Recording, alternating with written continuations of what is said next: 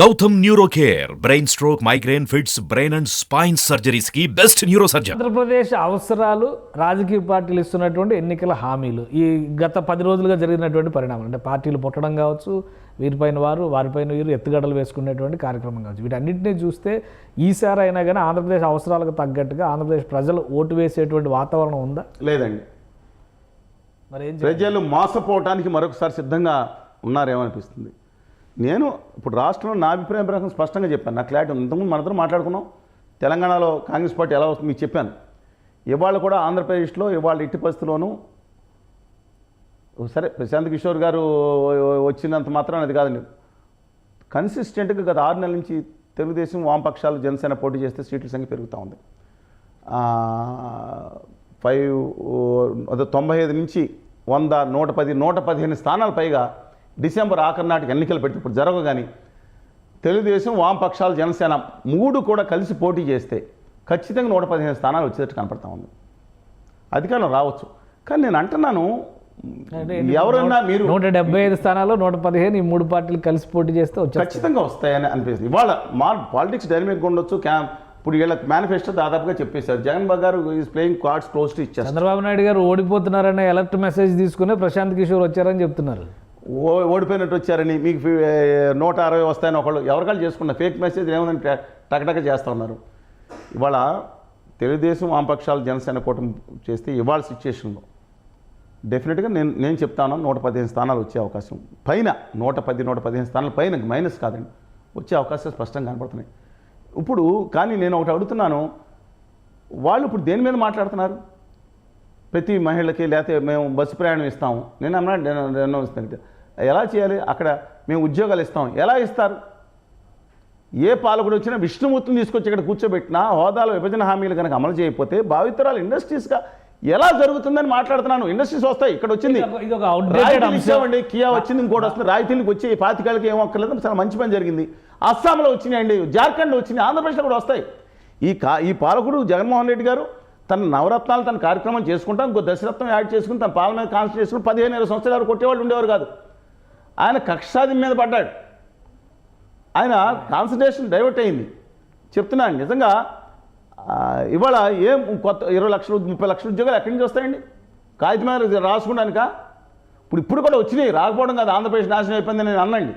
ఆయన కాన్సన్ట్రేషన్ పోయింది. డెఫినెట్గా మనం నిష్పక్షపాతంగా మాట్లాడుకోవాలి. రైట్. మీరు చాలాసార్లు అంటే చాలా ఏళ్ళుగా చూస్తున్న రాజకీయాలన్నీ కూడా ఈ అనూహ్యమైనటువంటి కొన్ని సంఘటనలు ఈ మధ్య జరుగుతూ ఉన్నాయి ఆంధ్రప్రదేశ్ రాజకీయాల్లో. షర్మిల గారు క్రిస్మస్ శుభాకాంక్షలు చెప్పడం లోకేష్ గారికి, గిఫ్ట్ కూడా పంపించి ఏంటి, ఏ విధంగా చూడాలి? దీనికి ఏంటి రీజన్? అసలు నారా ఫ్యామిలీకి వైఎస్ఆర్ ఫ్యామిలీ శుభాకాంక్షలు చెప్పడం, క్రిస్మస్ శుభాకాంక్షలు చెప్పడం. కృష్ణ గారు, రజనీకాంత్ గారు, ఇంకా చాలామంది ఉన్నారు. అన్నదమ్ముల సభలు, తండ్రి కొడుకుల సభలు, లేకపోతే చెల్లెలు శపథం, ఏదో చాలా సినిమాలు వచ్చినట్టున్నాయి కదండి.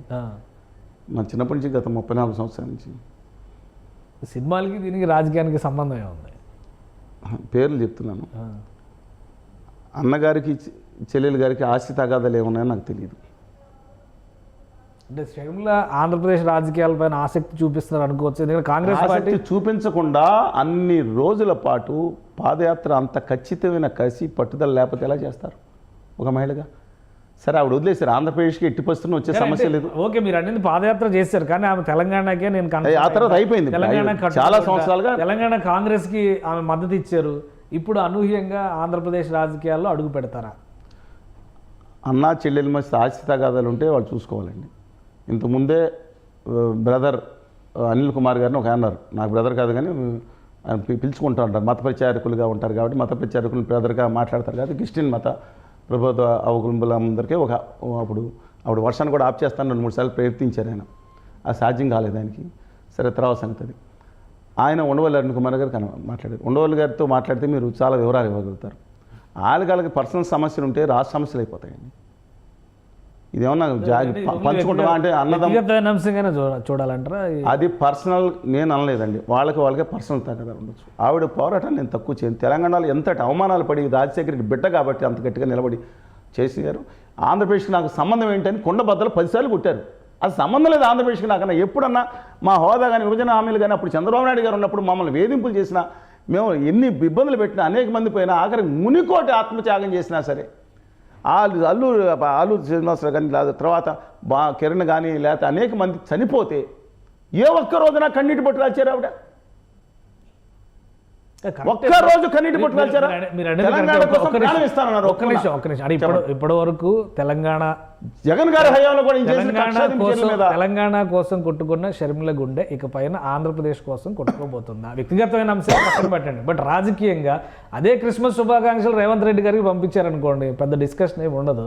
కాంగ్రెస్ పార్టీకి మద్దతు ఇచ్చారు కాబట్టి చెప్పాను. కానీ అనూహ్యంగా నారావారి ఫ్యామిలీకి క్రిస్మస్ శుభాకాంక్షలు పంపడం, నారావారి ఫ్యామిలీకి వైఎస్ఆర్ ఫ్యామిలీ అని వైఎస్ఆర్ ఫ్యామిలీ అని ఫ్యామిలీ అంటే ఎవరున్నారు? అదే అందుకనే అబ్బాయి రాజారెడ్డి ఏపీ పాలిటిక్స్ లో ఎంటర్ అవడానికి ఏమన్నా స్కోప్ ఉందా? కాదండి, ఏపీ పాలిటిక్స్ లో కాదు. కాంగ్రెస్ పార్టీ అక్కడ పెరిగిన ప్రతి ఒక్క దీని వెనకమాల ఎవరో చాతుర్యాలు ఉంటాయి. కాంగ్రెస్ పార్టీకి ఆంధ్రప్రదేశ్లో 5 ఓట్లు పెరిగితే 4 ఓట్లు జగన్మోహన్ రెడ్డి గారు ఓట్లు. ఎందుకంటే కాంగ్రెస్ పార్టీ అటు ట్రాన్స్ఫర్ అయింది కాబట్టి మోస్ట్లీ కాంగ్రెస్ పార్టీ మనం 1.24% వచ్చింది, ఉత్తర భారతీయ జనతా పార్టీ 0.84% వచ్చింది. Different issue. ఇవాళ రేవంత్ రెడ్డి గారు అక్కడ ప్రచారం చేసినా సరే చంద్రబాబు నాయుడు గారు మనిషి అని అనుకుంటుంది.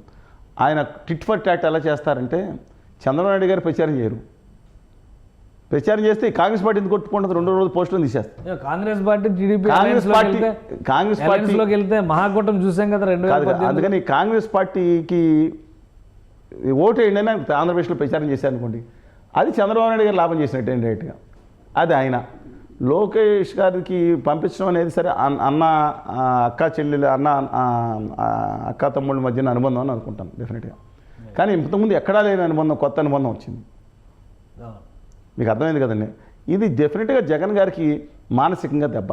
ఎక్కడ దెబ్బ కొట్టాలో ఎక్కడ అన్ని తెలిసినంతగా బహుశా ఇంకెవరికి తెలిసిపోయి ఉండొచ్చు.